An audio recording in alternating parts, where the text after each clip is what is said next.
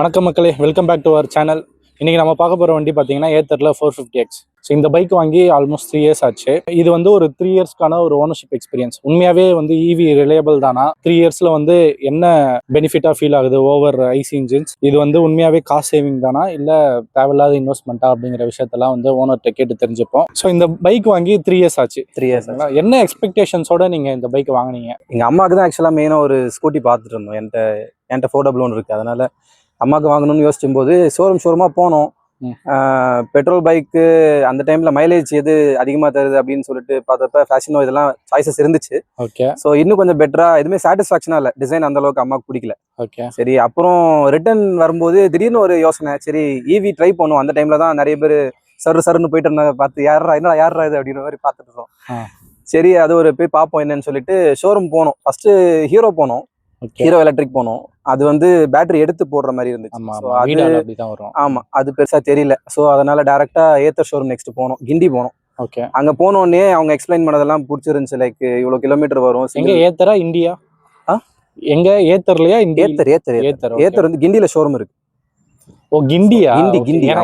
I thought indie, river இண்டில வந்து ஒரு கிண்டி sir. கிண்டியா?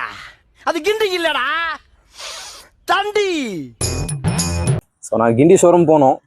So அது ஓவராலாக அவங்க மைண்ட் வாஷ் பண்ணாங்க, நல்லா தான் இருந்துச்சு. ஆஸ்பெக்ட்ஸ் எல்லாம் ஸ்பெக்ஸ் எல்லாம் சொன்னாங்க, நல்லா இருந்துச்சு. வண்டி பாடி எல்லாம் எப்படி மேக் பண்ணியிருக்காங்க சொன்னாங்க. ஸோ அது அம்மாவுக்கு பிடிச்சி, டிசைன் பிடிச்சிருந்துச்சு மெயினாக. ப்ளஸ் ரேஞ்சும் ஒரு புதுசாக ஒரு எக்ஸ்பீரியன்ஸ் இருக்கட்டும் அப்படின்னு சொல்லிட்டு எங்கள் கம்யூனிட்டியில் ஃபர்ஸ்ட் வண்டி இந்த ஏரியால. Okay okay. ஸோ அதையும் பேஸ் பண்ணி ஓகே கொஞ்சம் டிஃப்ரெண்டா இருக்குமே வாங்குவோம்னு சொல்லிட்டு இதை வாங்கினீங்க.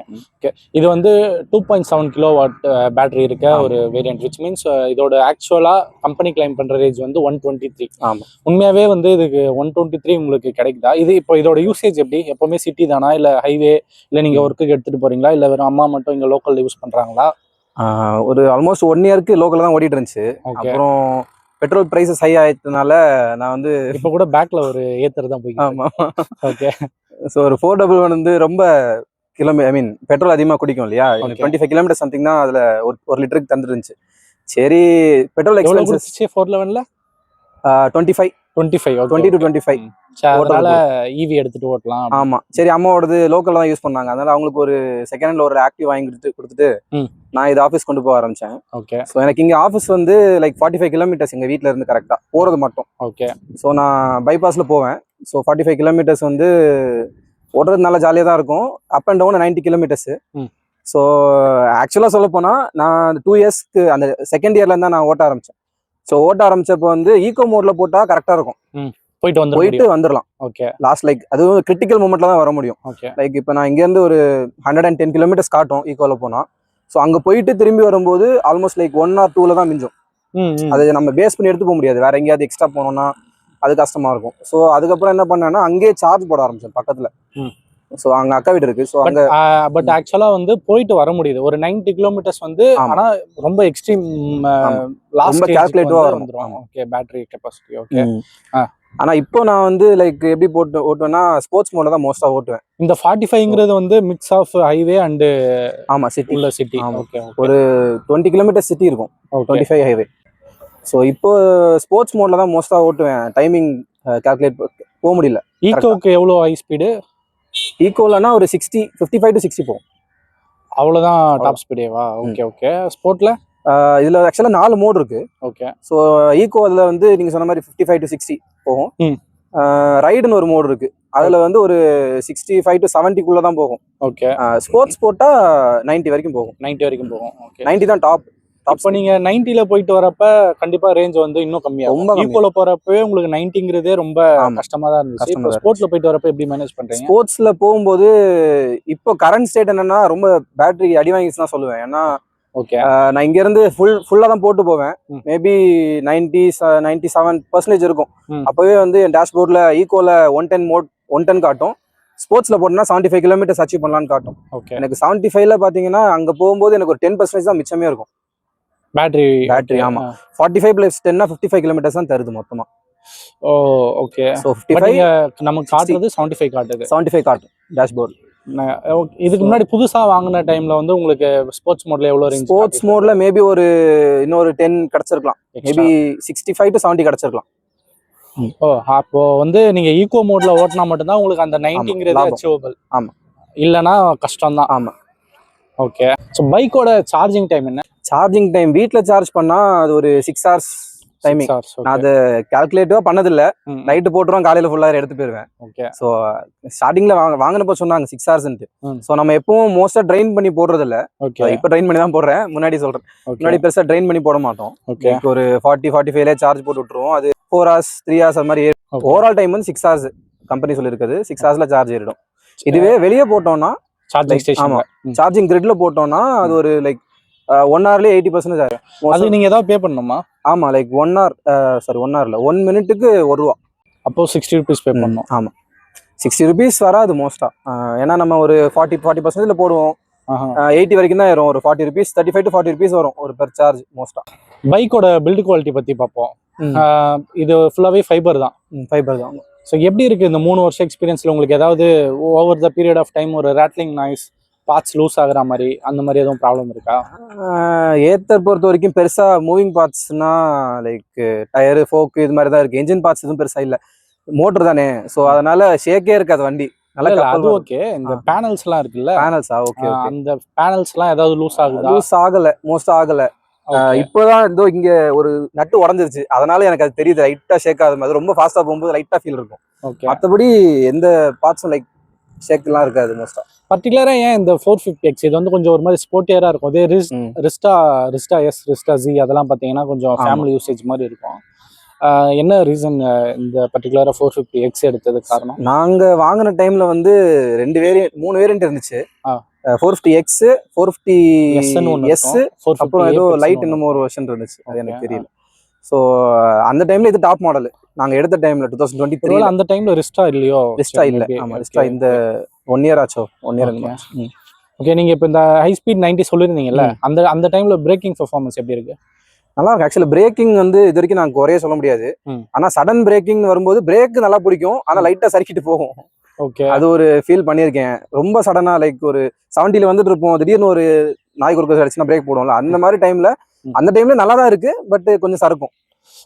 ஓகே. ஓகே. சர்வீஸ் காஸ்ட் வந்து எவ்வளோ ஆகுது? எவ்வளோ ஃப்ரீக்வெண்ட்டாக இதை வந்து நீங்கள் சர்வீஸ் பண்ணுறீங்க? எவ்வளோ கிலோமீட்டர் இது வரைக்கும் ஓட்டிருக்கீங்க? ரிமைண்டர் மோஸ்ட் அவங்களே தந்துருவாங்க. லைக் ஒரு 3 months 4 months கிட்ட இருக்கும். 4 months ஒன்ஸ் அட்லீஸ்ட் ஒரு கால் வந்துடும் உங்களுக்கு, இந்த இத்தனை கிலோமீட்டர் ஓடி இருக்கு. நம்ம கிலோமீட்டர் அவங்களே ட்ராக்ல வச்சிருக்காங்க. ஓகே. ஒரு நம்ம எந்த ஷோரூம்ல எடுத்திருக்கோமோ அந்த சர்வீஸ் சென்டரே வந்து கால் பண்றாங்க. கால் பண்ணி உங்களுக்கு சர்வீஸ் டேட் ஆயிருச்சு, நீங்க சர்வீஸ் விடுங்க சீக்கிரம் அப்படின்ற மாதிரி சொல்லுவாங்க. ஓகே.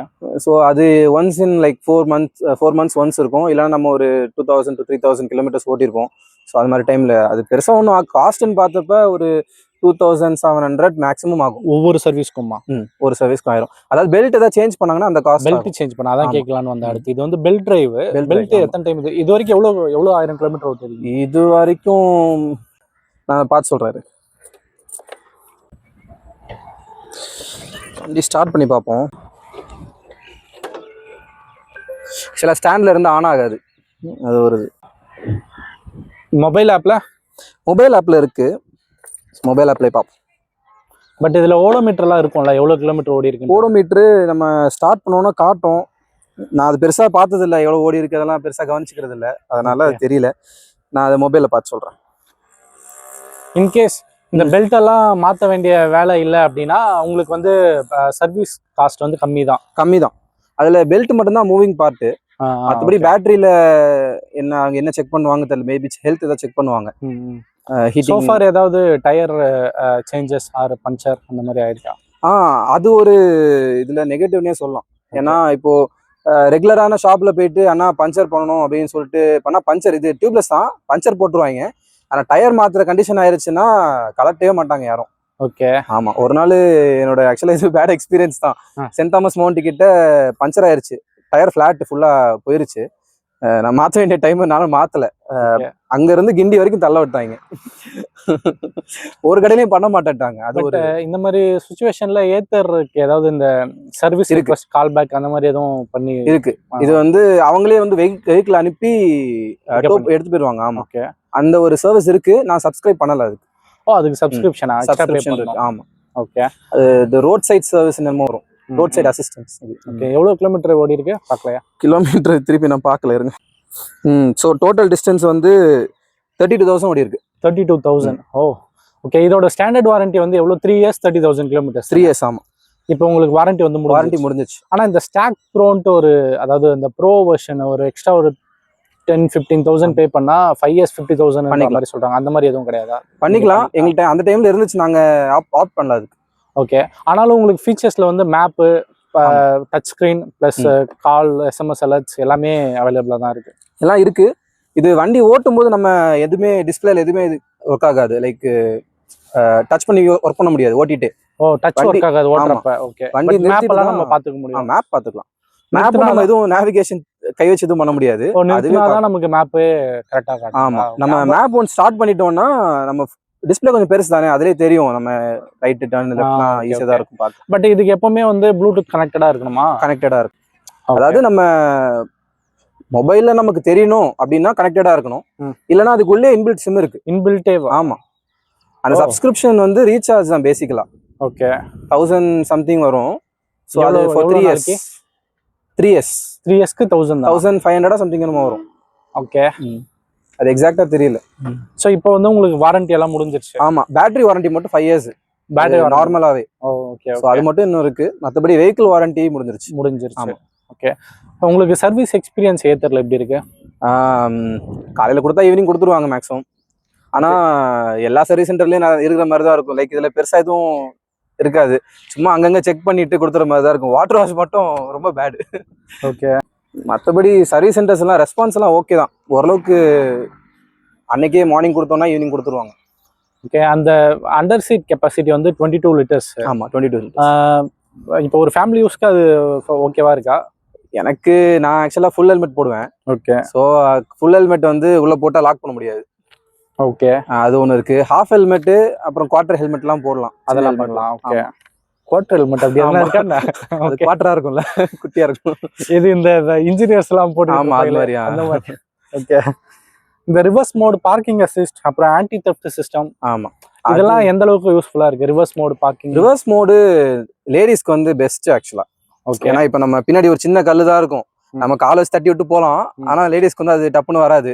ஓகே. சோ அவங்க அதெல்லாம் வந்து ரிவர்ஸ் மோட் போட்டாங்கன்னா அழகா எடுத்துட்டு ரொம்ப ஸ்பீடா போகாது. மேக்ஸிமம் ஒரு 5 கிலோமீட்டர் ஸ்பீடு தான் பின்னாடி தள்ளும். ரிவர்ஸ். ஓகே. அது நானே நிறைய வாட்டி யூஸ் பண்ணிருக்கேன். ஆனா இதுக்கு வந்து நம்ம எக்ஸ்ட்ரா அந்த சப்ஸ்கிரிப்ஷன் ஏதோ பே பண்ணல. இல்ல ரிவர்ஸ்க்கு வந்து நார்மலா யூஸ் பண்ணிக்கலாம். எல்லாரும் யூஸ் பண்ணிக்கலாம். ஓ ஓகே. மத்த இது ஆன்டி தெஃப்ட் இதுக்கெல்லாம் மேபி அந்த சப்ஸ்கிரிப்ஷன்ல இன்க்ளூட் ஆகும். சரி, இப்போ முக்கியமான ஒரு விஷயத்துக்கு வருவோம். எலக்ட்ரிசிட்டி பில் வந்து இந்த பைக் வாங்கினதுல இருந்து ஏதாவது சேஞ்சஸ் இருக்கா? ஆக்சுவலா அது ஒரு பிளஸ் பாயிண்ட் தான். நான் இந்த வண்டி வாங்கிட்டே நான் இது வரைக்கும் ரெக்ரெட் பண்ணல. அதாவது டயர் பஞ்சர் ஆயிடுச்சு, அந்த சேஞ்ச் மட்டும் தான் ரெக்ரெட் பண்ணே தவிர வண்டி பெர்ஃபார்மன்ஸா இருக்கட்டும், லைக் வேற எதுக்குமே நான் ரெக்ரெட் பண்ணது இல்ல. ஓகே. சோ கரண்ட் பில் ஏதோ பெருசா சேஞ்சஸ்? கரண்ட் பில் வந்து ஒரு சார்ஜுக்கு 4 யூனிட் இருக்கும். 4 யூனிட் பெரிய. ஓகே. நாங்க யூனிட்டுக்கு 5 rupees பே பண்றோம். ஸோ 5 rupees பே பண்ணியே 2800 தான் மேக்ஸிமம் வரும். அதாவது வீட்டுக்கு ஓவராலாவே. ஸோ ரெகுலரா யூஸ் பண்ற எல்லா அப்ளையன்சஸும் வீட்டில் ஓடும். Okay. Plus AC and washing machine எல்லாமே இருக்கு. ப்ளஸ் இது அடிஷனலாக ஓடும். ஓடியும் 2800 தான் மேக்ஸிமம். ஓ பரவாயில்ல. அப்போ நீங்க பெட்ரோல் வாங்கிட்டு நீங்க இந்த 90 கிலோமீட்டர்ஸ் போயிட்டு வரதுக்கு இது வந்து நிறைய சேவ் பண்ணி. நிறைய சேவ் அமௌண்ட். என்னோட ஒரு கம்யூட்டுக்கு வந்து ஒரு நாளைக்கு 350 rupees ஹிமாலயன்ல. ஓகே. ஆஃபீஸ் போயிட்டு வரணும்னா. ஓகே. ஸோ அதுவே ஒரு 7000 rupees வந்துடும் ஒரு மாசத்துக்கு. ஸோ அதனால இது வந்து உங்களுக்கு பெஸ்ட்டாகவே இருக்கு. பெஸ்ட் தான். ஓகே. இப்போ ஒரு பேட் ரோட்ஸில் ஆக்சுவலி ஃப்ரண்ட்ல 12 inch பேக்ல 10 inch வீல்ஸோ, ஃப்ரண்ட்ல 14 பேக்ல 12 இருக்கும் போல. கிரவுண்ட் கிளியரன்ஸும் வந்து இதுக்கு ரொம்ப கம்மியா இருக்க மாதிரி தான் ஃபீல் ஆகுது. ஆமா. 160 சம்திங் தான். ரொம்ப இல்லை, மேனேஜபிள் தான். ஓகே. ஏதாவது இந்த மாதிரி ஸ்பீட் பிரேக்கர்ஸ், பெரிய ஸ்பீட் பிரேக்கர்ஸ் அதெல்லாம் ஏற்றுறப்போ வண்டி அடிபடுதா? ரேர் தான், ரொம்ப ரேர் தான். நான் யூஸ்வலா போற 45 கிலோமீட்டர்ஸ்ல நிறைய ஸ்பீட் பிரேக்கர்ஸ் இருக்கு. பட் அடி வாங்குற மாதிரி எதுவும் நான் ஃபீல் பண்ணதில்லை இது வரைக்கும்.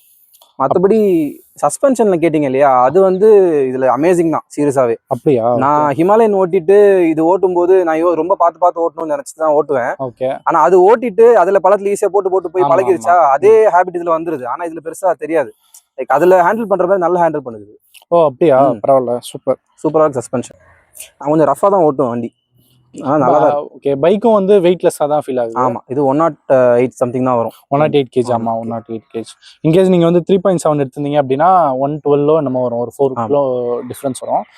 ஸோ 108 வந்து ரெகுலரா ஒரு ஸ்கூட்டர்ஸ் இப்போ இருக்க மேக்ஸிமம் ஸ்கூட்டர்ஸ் எல்லாமே வந்து இந்த யமஹாவில் மட்டும் தான் 99 kgs இருக்கும். மற்றெல்லாம் வந்து ஒரு 104, 106, 108 அந்த ரேஞ்சில் தான் வரும்.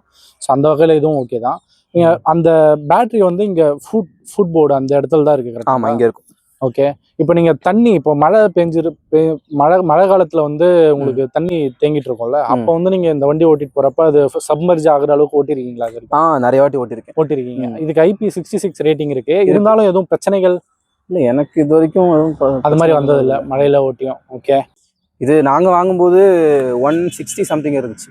1,60,000. ஓகே, இந்த மிரர் விசிபிலிட்டி, அதுக்கப்புறம் வந்து நைட்ல ஹெட்லைட் அந்த விசிபிலிட்டி எல்லாம் வந்து பக்காவா இருக்கா? இருக்கிறதுல ஹெட்லைட் ஒஸ்டா. ஆமா, ஓகே. இது லோ போட்டாலும் ஹை போட்டாலும் ஒண்ணுமே தெரியாது, எங்க என்ன இருக்குன்னே தெரியாது. ஹை வந்து ரொம்ப மேல அடிக்குது. அது மேபி அட்ஜஸ்ட்மெண்ட் என்னன்னு தெரியல. அது நானும் போகும்போதெல்லாம் சொல்றேன், அவங்க எதுவும் மாத்துற மாதிரியும் தெரியல. இது வந்து ஒரு நெகட்டிவ்ல எடுத்துக்கலாம். ஆமா, வேற என்ன நெகட்டிவா ஃபீல் பண்றீங்க? மற்றபடி மிரர் விசிபிலிட்டி எல்லாம் ஓகே தான். மிரர் டியூரபிலிட்டில ஒன்று சொல்லலாம். லைக் இது இந்த சைடு எப்படி உடஞ்சதுன்னா, சடன் பிரேக் போட்டோம், ஒருத்தர் ஆக்சுவலா கிராஸ் பண்ணாரு, அவர் ஜஸ்ட் கை வச்சுதான் தடுத்தாரு, படக்குன்னு வந்துருச்சு வெளியே. ஆமா, சோ இது அலுமினியம், ஒரு alloy frame. Okay, aluminium kind of alloy. அது டப்புன்னு உடஞ்சு, அலுமினியம் கூட இல்லை, ஏதோ ஒரு அலாய் மிக்ஸ்டு தான். ஓகே, ஸோ கொஞ்சம் பிரிட்டில் தான், லைட்டா கீழே விழுந்தாலும் உடஞ்சிரும். ஓகே, ரீப்ளேஸ் பண்ணல? ரீப்ளேஸ் ஒரு வாட்டி பண்ணிட்டேன், திருப்பி பண்ணுமானே பண்ணல. சரி, அப்போ நீங்க வந்து இது வரைக்கும் ரீப்ளேஸ் பண்ணது இந்த பெல்ட் பிளஸ் அந்த மிரர் பண்ணிருக்கீங்க. பார்ட்ஸோட அவைலபிலிட்டி அப்புறம் காஸ்ட் வைஸ் வந்து ஓகே தானா?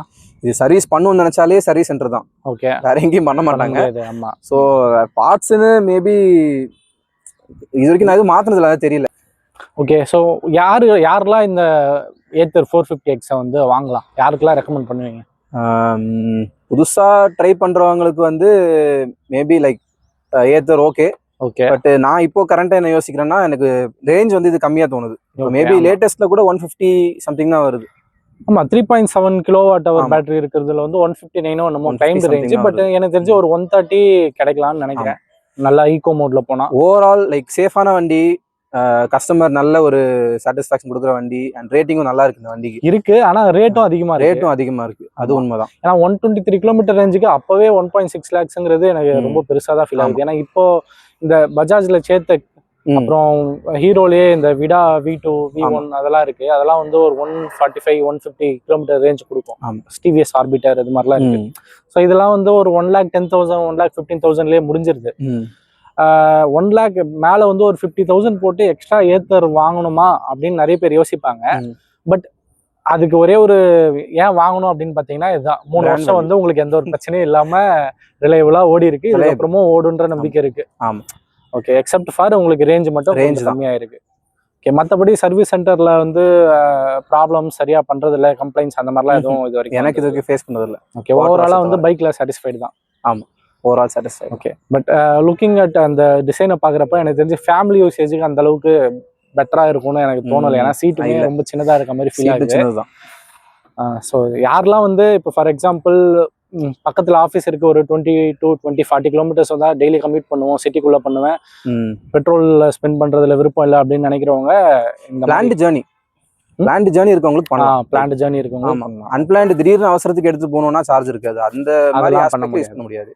மேபி ஒரு ஸ்கூட்டி ஜெனரலா பெட்ரோல் ஸ்கூட்டி வச்சுக்கிட்டு லைக் ஆமா எமர்ஜென்சிக்கு வச்சுக்கிட்டு இது மாதிரி வச்சுக்கலாம். உங்ககிட்ட வீட்டுல ஆல்ரெடி வந்து ஒரு காரோ பைக்கோ வந்து ஸ்டேபிளா இருக்கு, பட் உங்களுக்கு உள்ள சிட்டிக்குள்ள ஓட்ட டெய்லி ஆஃபீஸ் போயிட்டு வர, பக்கத்துல கடைக்கு போயிட்டு வரலாம் யூஸ் பண்ணணும் அப்படின்னா அந்த மாதிரி டைம்ல இந்த மாதிரி பைக்கை வந்து வாங்கிக்கலாம். ஸோ இது வந்து ஏத்தர் வந்து இருக்கிறதுலே ஒரு காஸ்ட்லியான ஆப்ஷன், பட் ஸ்டில் ஒரு ரிலேபிளான ஆப்ஷனும். Okay, thanks for the review. வணக்கம். பை. Okay, by.